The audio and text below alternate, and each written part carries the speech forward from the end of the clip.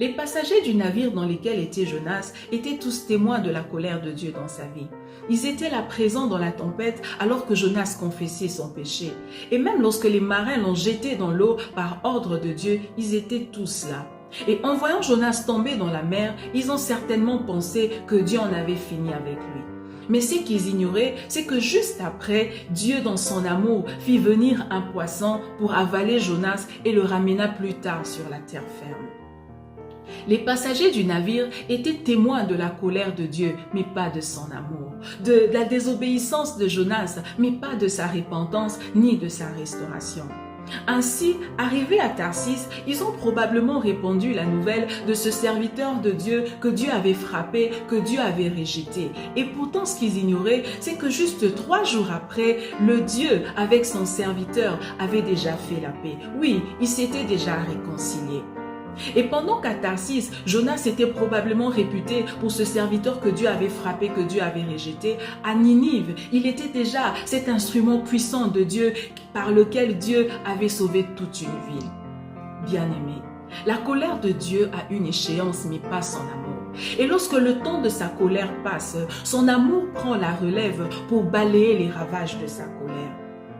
Lorsque tu vois Dieu dans sa colère punir son enfant, permettre à ce qu'il soit humilié publiquement à cause de son péché, bien aimé, dans cette histoire, garde-toi toujours une page vierge pour l'encre de sa grâce. Oui, dans ta tasse des opinions personnelles, des jugements, des conclusions, bien aimé, ajoute toujours une dose de grâce.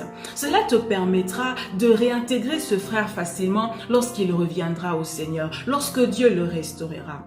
Parce que si tu ne le fais pas, le danger est que lorsque Dieu se sera réconcilié avec son fils, avec son enfant, lorsqu'ils seront déjà dans une phase idyllique, toi tu seras encore dans celle de sa colère périmée.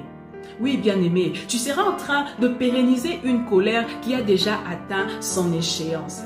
Et en cherchant à t'opposer, parce que ça t'arrivera de ne plus supporter cette personne que Dieu aurait rejetée, et sous prétexte que Dieu l'aurait rejetée, tu t'y opposeras, mais en réalité, tu seras en train de combattre le même Dieu que tu sers.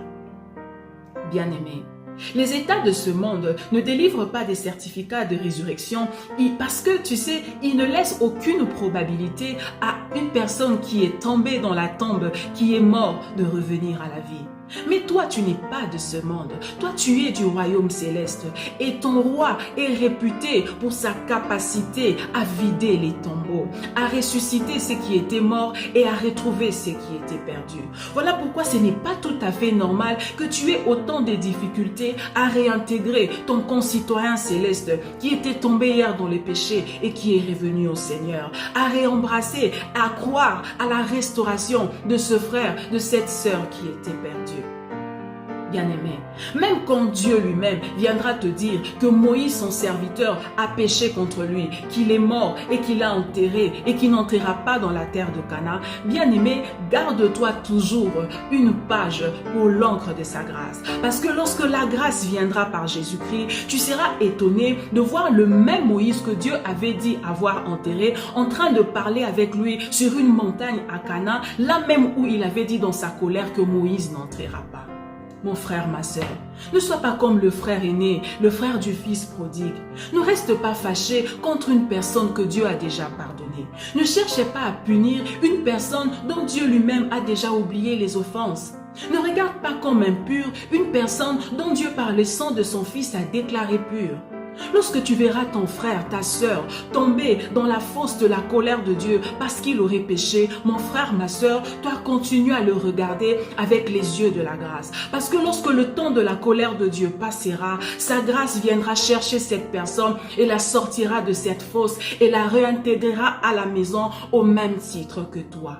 Et tout ça parce que notre Père est un Dieu d'amour. Que Dieu te bénisse.